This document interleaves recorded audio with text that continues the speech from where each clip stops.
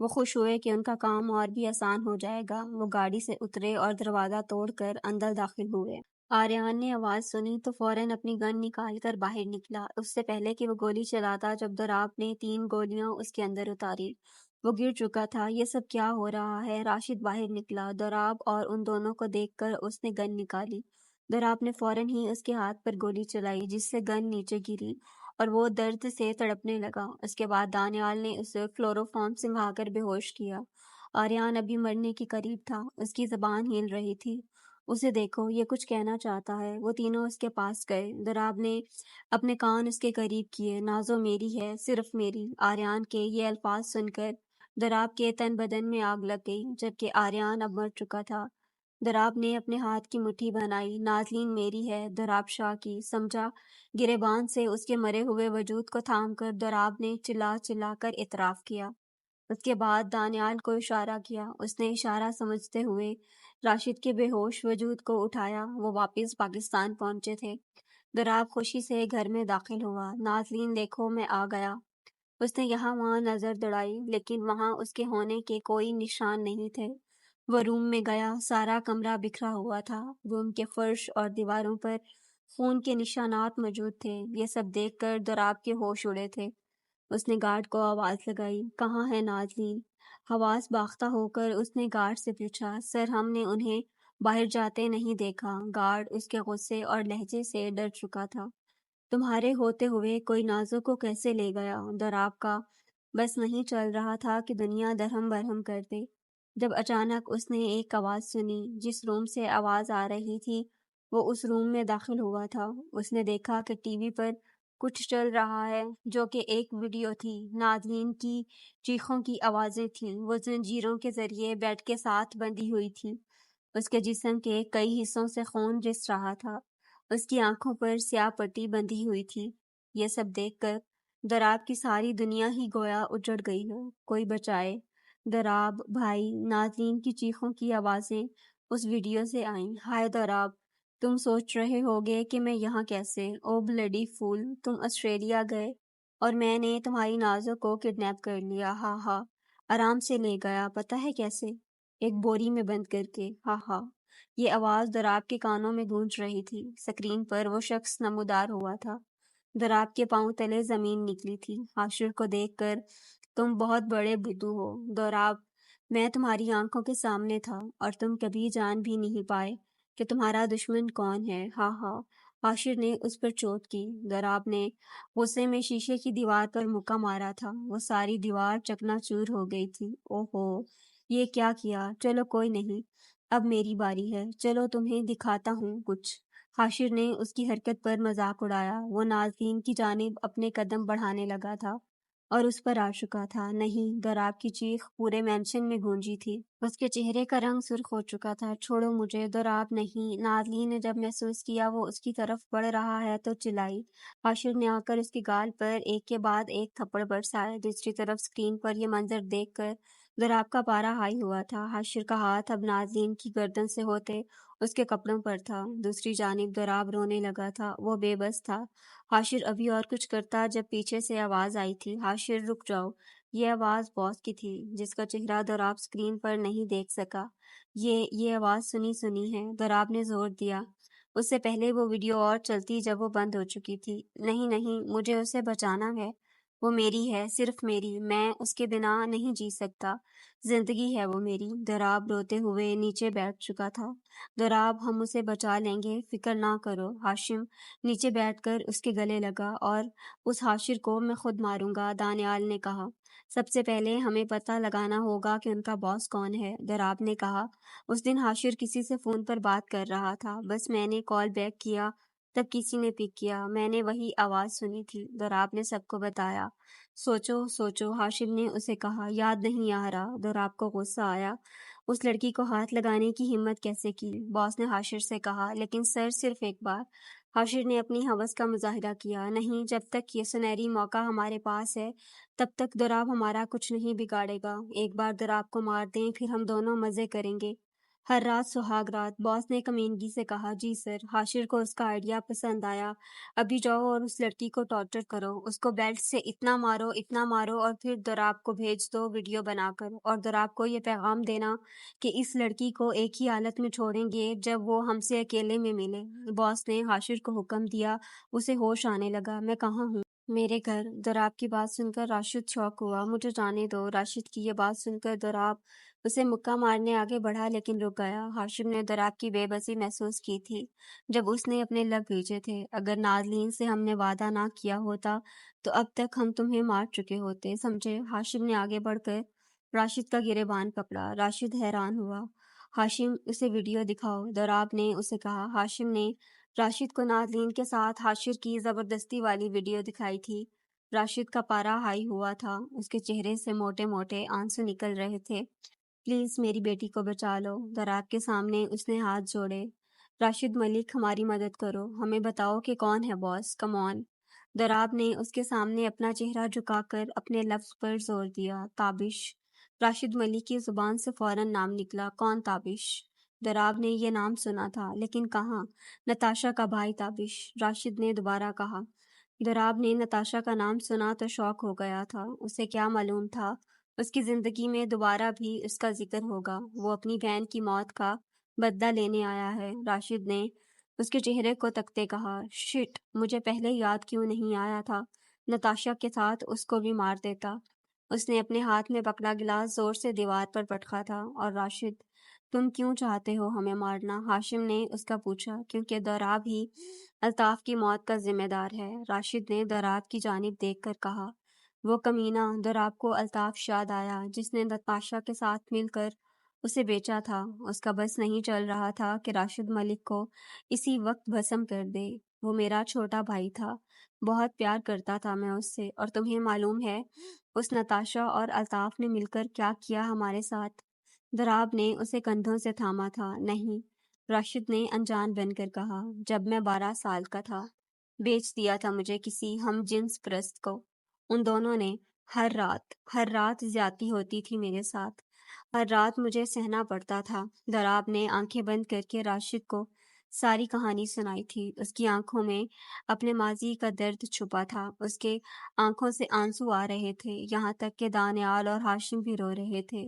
Sorry Dorab, تم نہ مجھے مار دو، جو مرضی کر دو میرے ساتھ، پر میری بیٹی کو بچا لو اس کو، وہ معصوم ہے۔ راشد نے دراب کے سامنے ہاتھ جوڑے اور سسکتی آواز سے کہا۔ تابش کے بارے میں مجھے سب کچھ بتاؤ، دراب نے اس سے کہا۔ وہ اس وقت پشاور میں ہے، اس کے 3 بزنس ہیں، ڈرگ ٹریفکنگ، گن سیلنگ، اور تیسرا مجھے نہیں معلوم۔ میں بتاتا ہوں، تیسرا وومن ٹریفکنگ۔ دراب نے اس کی ادھوری بات مکمل کی۔ کیا؟ راشد شوق ہوا۔ ہاں، مجھے پتا ہے، الطاف اور نتاشا بھی یہی کام کرتے تھے، اور ان کے مرنے کے بعد بھی کہیں نہ کہیں ان کا یہ بزنس چل رہا تھا، تو وہ بزنس تابش ہی چلا رہا ہے۔ دراب نے ڈیٹیل بتائی۔ میری بیٹی کو بچا لو پلیز، اس کی مدد کرو، میں بھیک مانگتا ہوں۔ دراب کی ٹانگوں کو پکڑ کر اس نے کہا۔ چلو اسے کال کرو اور بتاؤ تم ہم سے بھاگ گئے ہو، اور اگلے پلان کا پوچھو، دراب نے اسے کہا۔ راشد نے باس کو کال کی۔ سر، آریان کو دراب نے مار ڈالا، راشد نے رونے کا بہانہ کر کے کہا۔ سر، میں تو بھاگ گیا لیکن میرے ہاتھ میں گولی لگ گئی ہے، زخمی ہے میرا ہاتھ۔ چلو مجھے بتاؤ کہاں ہو تم، میں تمہارے لیے کار بھیجتا ہوں۔ میں دراب کے پرانے گھر کے پچھلے حصے میں چھپا ہوا ہوں، راشد نے سوچ کر جواب دیا۔ تم ادھر کیا کر رہے ہو؟ تابش نے غصے سے کہا۔ میں جانتا ہوں دراب مجھے ہر جگہ ڈھونڈے گا لیکن اپنے گھر پر نہیں۔ ویل ڈن، باس نے مسکرا کر کال کاٹی۔ تم وہاں جاؤ اب، اور ہم چپکے سے تمہاری کار کو فالو کریں گے، دراب نے اسے کہا۔ اتنے میں اچانک انہیں ایک آواز سنائی دی۔ یہ کیسی آواز ہے؟ دراب حیران ہوا۔ ہاشم فوراً باہر گیا۔ دروازے کو پتھر مارا گیا تھا اور اس دروازے کے نیچے ایک سیڑھی تھی۔ ہاشم نے سیڑھی لی اور روم میں آیا۔ چلاؤ اسے، دراب نے حکم دیا۔ نازلین رسیوں کی مدد سے بیڈ کے ساتھ بندھی ہوئی تھی، اس کے کپڑے جا بجا سے پھٹے تھے جبکہ اس کی ٹانگوں پر ایک کپڑے سے کور تھیں۔ حاشر ہنستے ہوئے وہاں آیا اور اس کا رخ دوسری جانب کیا۔ اس نے نازلین کے جسم پر بیلٹ کی مدد سے جا بجا ضربیں لگائی تھیں۔ حاشر کے کہکے اور نازلین کی چیخوں کی آوازیں اس سین کے ساتھ سیڑھی پر چل رہی تھیں۔ درد کی وجہ سے وہ بے ہوش ہو چکی تھی۔ ویڈیو ختم ہوئی، سارے رو رہے تھے۔ نہیں، یہ رونے کا وقت نہیں ہے، بلکہ یہ ان سب کو جان سے مارنے کا وقت ہے۔ سب کو روتا دیکھ کر دوراب کو کوفت ہوئی۔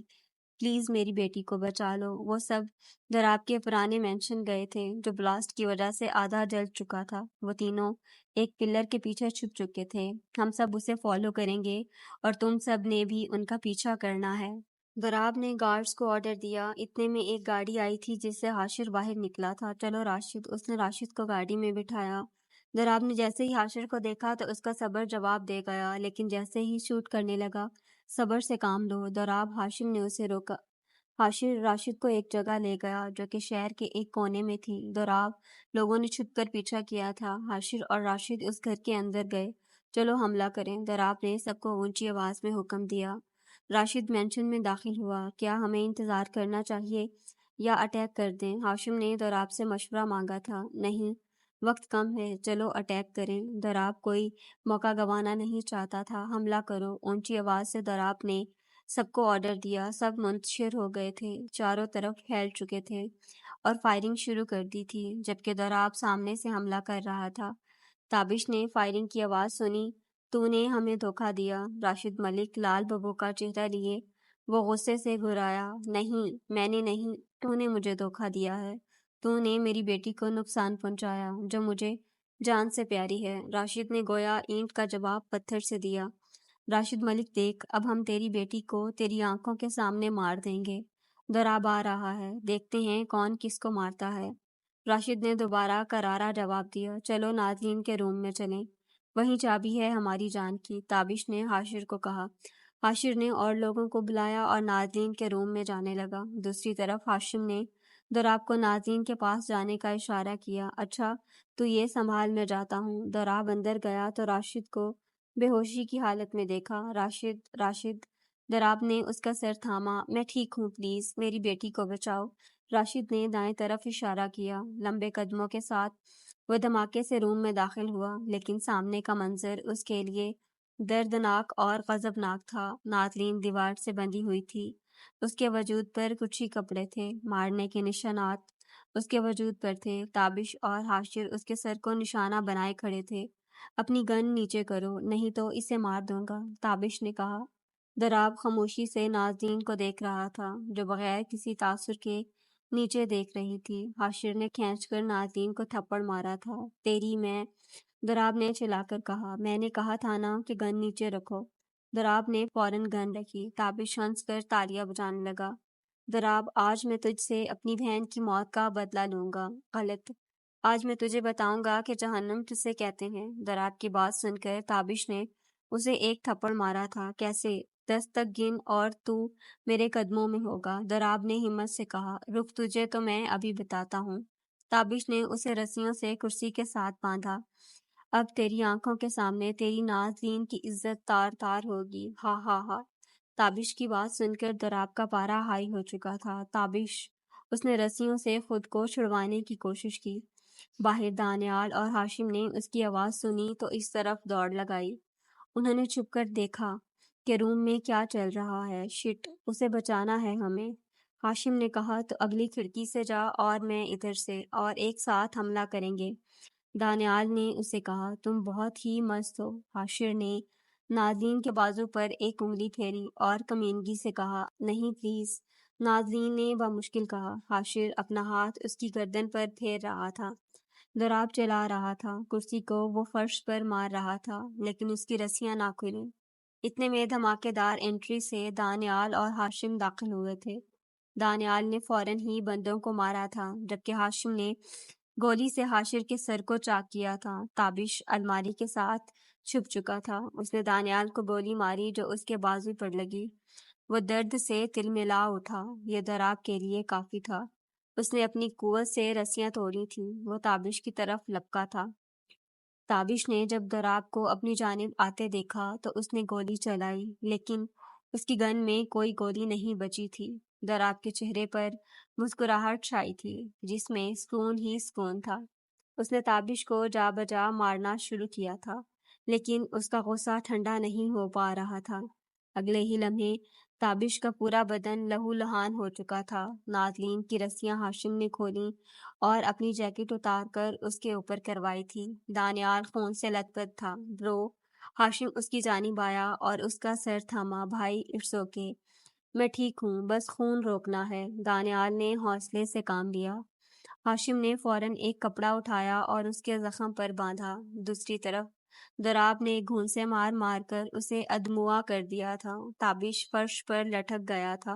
دراب ہاشم اور دانیال کی طرف بھاگا۔ وہ تینوں ایک دوسرے کے گلے لگے ہوئے تھے۔ جب نادلین نے دیکھا کہ تابش نیچے سے گن اٹھا چکا ہے اور دراب کو نشانہ بنایا ہوا ہے، نادلین اتنا ڈر چکی تھی کہ کچھ کہے بغیر وہ دراب کی طرف بھاگی اور اسے بچانے کے لیے اپنی جان دینے کا ٹھان چکی تھی۔ تابش نے 3 مرتبہ گولی چلائی۔ نادلین نے فوراً دراب کو چھپایا اور خود اس گن کے سامنے آ کر تینوں گولیاں اپنی پشت پر کھائی تھیں۔ سب شوک ہو چکے تھے۔ یہ سب 1 سیکنڈ کے درمیان ہوا تھا۔ دراب نے مڑ کر نادلین کو دیکھا جو کہ درد کو سموئے کھڑی تھی، اس سے پہلے کہ وہ نیچے گرتی۔ جب دراب نے اسے اپنی باہوں میں تھاما تھا۔ جیت گیا میں، ہا ہا ہا، تابش کمینگی سے کہکا لگا رہا تھا۔ دراب نے اپنی گن سے اسے شوٹ کیا تھا۔ پلیز مجھے چھوڑ کر مت جانا، پلیز نہیں۔ اس نے نادلین کو اپنے ساتھ لگایا تھا۔ دراب، نادلین نے درد سے آہستہ سا اسے پکارا۔ کچھ نہیں ہوگا، میں ہوں نا۔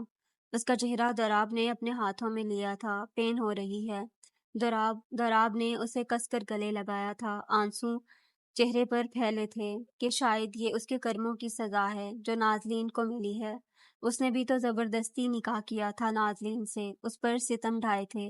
وہ بھی تو ہوس کی خاطر اس سے نکاح کر بیٹھا تھا، لیکن اسے کیا معلوم تھا کہ وہ ہوس ایک دن بے پناہ پیار میں تبدیل ہو جائے گی۔ اس کا کیا کرایہ اس ننھی سی جان کو بھگتنا پڑے گا۔ کاش اسے تکلیف کے بجائے مجھے سزا مل جاتی تو اتنا درد نہ ہوتا۔ دراب کو پچھتاوا ہو رہا تھا۔ دوسری طرف راشد اپنے کیے پر دکھی تھا کہ کاش اس نے تابش سے ہاتھ نہ ملایا ہوتا۔ نادلین، اس کی بیٹی کی عزت محفوظ رہتی۔ ہاسپٹل میں وہ یہاں سے وہاں گھوم رہا تھا۔ اتنے میں ڈاکٹر وہاں پہنچا۔ ڈاکٹر، کیسی ہے وہ؟ دراب فوراً ڈاکٹر کے پاس لپکا۔ سوری، شی از نو مور، ڈاکٹر نے افسوس سے کہا۔ دراب یہ سن کر نیچے گر چکا تھا۔ وہ ایک فائٹر ہے ڈاکٹر، یہ نہیں ہو سکتا، یہ کیسے ہو سکتا ہے؟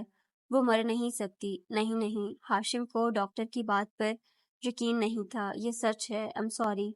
نہیں نازلین، نہیں۔ دراب کے رونے کی آوازیں پورے ہاسپٹل میں گونج رہی تھیں اور وہ سب کی توجہ کا مرکز بن رہی تھیں۔ وہ فرش پر بیٹھا اپنا سر پیٹ رہا تھا۔ لوگوں کو پہچاننے میں دیر نہیں ہو رہی تھی کہ یہ وہی بزنس مین ہے۔ آئیڈیا نہیں تھا کہ دراب شاہ کسی کے لیے اتنا دیوانہ ہو جائے گا، لیکن ہاشم نے بڑھ کر اسے گلے سے لگایا تھا۔ 1 سال بعد۔ دراب، اٹھ جا، 5 منٹ اور۔ نہیں، اٹھ جا، آج بہت اہم میٹنگ ہے۔ ہاشم نے اسے اٹھایا۔ دراب اٹھا اور آفس کے لیے تیار ہوا۔ وہ پریزنٹیشن ہال میں داخل ہوا۔ گڈ مارننگ ایوری بڈی۔ اپنی مخصوص نشست پر برجمان ہوا۔ گڈ مارننگ سر، سب نے کہا۔ تم؟ دراب نے اپنے روم میں ایک لڑکی کو دیکھا۔ میں؟ اس لڑکی نے خود کو کنفرم کرنا چاہا۔ ہم، گیٹ آؤٹ۔ دراب کی آواز میں سرد تاثر تھا۔ واٹ؟ لڑکی کو غصہ آیا۔ یہ میری سیکرٹری ہے، ایک آدمی نے کہا۔ میں نے کہا گیٹ آؤٹ۔ میں کسی لڑکی کو اپنے آس پاس بھی نہیں دیکھنا چاہتا۔ Get out. دراب کی چیخ پورے ہال میں گونجی۔ تم باہر جاؤ۔ آدمی نے اسے باہر بھیجا۔ دراب نے پریزنٹیشن دی جس کی وجہ سے اسے پروجیکٹ مل چکا تھا۔ وہ باہر نکل کر اپنے آفس میں چکر لگانے لگا۔ اس کے آفس میں اب کسی لڑکی کا نام و نشان نہیں تھا۔ ہر کوئی اسے گڈ مارننگ کہہ رہا تھا جس کا وہ کوئی جواب نہیں دے رہا تھا۔ اپنے آفس کیبن جا کر وہ اپنا کام کرنے لگا۔ اسی کرسی پر تھکن کی وجہ سے وہ کچھ دیر کے لیے سو گیا۔ اس نے نازلین کو اپنے خواب میں دیکھا۔ سر، پاپا آ جائیں گے؟ نازلین کی آواز کپ کپ آ رہی تھی۔ نہیں آئیں گے، دروازہ لاک ہے۔ کم اینڈ کس می۔ نازلین نے شرما کر اسے کس کی۔ اتنے میں کسی نے نازلین کے سر پر کچھ مارا تھا۔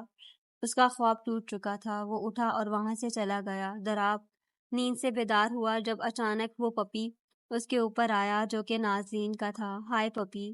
دراب نے اس کی پیٹھ تھپ تھپائی۔ دراب آفس کے لیے تیار ہونے لگا جب پپی نے اسے روکا۔ وہ بھونک رہا تھا اور اس کے آفس بیگ کو اپنے دانتوں سے تھاما اور اسے نازلین کے روم میں لے گیا۔ آنسو دراب کے چہرے پر آیا تھا۔ اس نے غصے سے اپنا آنسو پوچھا۔ کتنی بار کہا ہے کہ وہ مر گئی ہے؟ دھوکا دیا ہے اس نے مجھے۔ سب لڑکیاں ایک جیسی ہوتی ہیں، یہ عورت ذات ہی بے وفا ہے، وہ صرف مرد کی زندگی سے کھیلتی ہیں، دراب نے چیخ کر کہا۔ وہ اور بچھال کی طرح باہر نکلا۔ شاید اس نے آفس پہنچ کر پی اے کو بلایا۔ میں نے کہا تھا مجھے یہ فائل مکمل چاہیے، پھر ابھی تک کیوں نہیں آئی؟ وہ غرایا تھا۔ سر، وہ میری وائف بیمار تھی، اس نے ڈر کر کہا۔ دوبارہ عورت، یہ لڑکیاں آئی ہیٹ دیم، جاؤ اور جا کر مکمل کرو۔ اس کی وائف کا ذکر سن کر دراب غصہ ہوا تھا۔ عورت قدرت کی حسین تخلیق ہے سر، وہ اپنی شادی سے پہلے اپنے بھائیوں کے لیے قربانیاں دیتی ہیں اور شادی کے بعد اپنے شوہر کے لیے۔ ان کی پوری زندگی اسی پر منحصر ہوتی ہے، وہ ہنستی ہے، روتی ہے، سب کچھ کرتی ہے اپنی فیملی کے لیے، یہ بہت بہت اچھی ہوتی ہیں۔ شاہد جانے سے پہلے مڑا تھا، یہ سب دراب کے کان میں انڈیل کر وہ دوبارہ جانے کے لیے مڑ گیا۔ نہیں، جھوٹی ہوتی ہیں، وہ صرف دھوکہ دیتی ہیں۔ غصے سے دراب نے سامنے پڑا گلدان فرش پر پھینکا تھا۔ اس نے مجھ سے وعدہ کیا تھا مجھے چھوڑ کر نہیں جائے گی، لیکن چلی گئی ہمیشہ کے لیے اس دنیا سے۔ تو پھر اس دنیا میں آئی ہی کیوں تھی؟ کیوں میری پوری زندگی اس لفظ عورت نے تباہ کی ہے؟ پہلے میری ماں اور پھر میری بیوی۔ دراب نے اپنا آفس تہس نہس کیا تھا اور رونے لگا تھا۔ اتنے میں شاہد اس روم میں آیا۔ اپنے سر کو روتا دیکھ کر اس نے گلے لگایا اور ریلیکس کرنا چاہا۔ دراب نے اس سے صاف منع کیا کہ اس روم سے باہر کوئی بات نہ جائے۔ اس نے خود کو سنبھالا، یہ ایک بہت بڑے فلیٹ کا منظر تھا۔ وہ مسلسل روئے جا رہی تھی۔ بیٹا رو مت پاپا، اس لڑکی نے رو کر اپنے شکوے کا اظہار کرنا چاہا۔ رونا بند کرو، تم وہاں نہیں جاؤ گی۔ جس پر وہ لڑکی اور رونے لگی تھی۔ بیٹا وہ بہت بڑا شخص ہے، اس کا پوری دنیا میں بزنس ہے، وہ تم جیسی کو کیسے قبول کرے گا؟ لیکن میں اسے چاہتی ہوں۔ بیٹا سمجھنے کی کوشش کرو، میں نے بہت مشکل سے یہ سب ارینج کیا ہے، مجھے پتا ہے، اور مجھے اس بات پر کوئی پچھتاوا نہیں ہے۔ تو پھر تم رو کیوں رہی ہو؟ کیونکہ میں اس سے پیار کرتی ہوں، مجھے پتا تھا۔ چلو آج پہلی بار تم نے میرے سامنے اعتراف کیا ہے تو تمہیں اس سے ملواتا ہوں۔ نہیں، میں اس کے بنا رہ سکتی ہوں، لیکن اس کا ٹھکرانا مجھ سے برداشت نہیں ہو پائے گا۔ میں تم سے پیار کرتی ہوں، لیکن میں یہ بھی جانتی ہوں کہ ہم کبھی ایک ساتھ نہیں رہ سکتے، لیکن میرا تم سے یہ پیار کرنا ہی کافی ہے جینے کے لیے۔ اس نے دل میں سوچا، چلو بیٹا آؤ، تمہارے فیورٹ ریسٹورنٹ چلتے ہیں۔ نہیں، موڈ نہیں ہے، اس نے جواب دیا۔ راشد نے نادلین کو اصرار کیا، یہاں تک کہ وہ مان گئی۔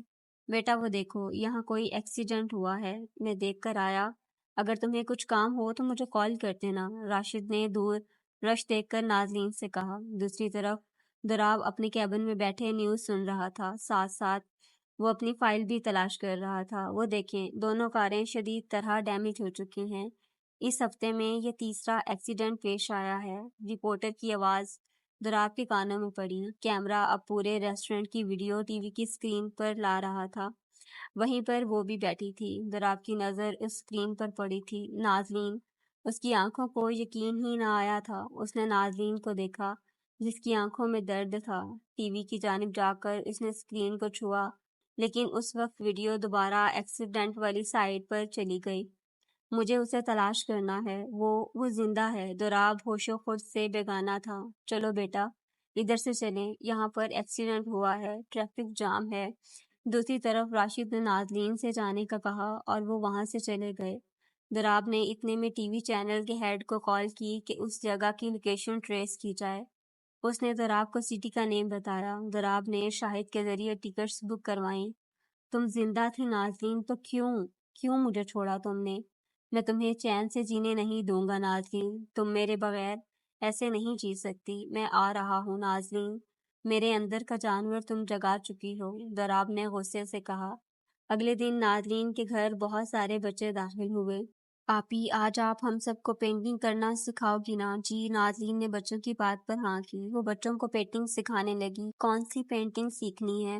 نازلین نے ان سے پوچھا۔ آپی، آپ کے پرنس چارمنگ والی، ایک بچے نے کہا۔ نازلین کی آنکھوں سے آنسو نکلے تھے۔ اس کی آنکھوں کے سامنے دراب کا عکس چھانے لگا تھا، جسے تصور کر کے وہ پینٹنگ بناتی تھی۔ وہ دوسرے شہر پہنچ چکا تھا، یہاں نازلین کی موجودگی کی خبر ملی تھی۔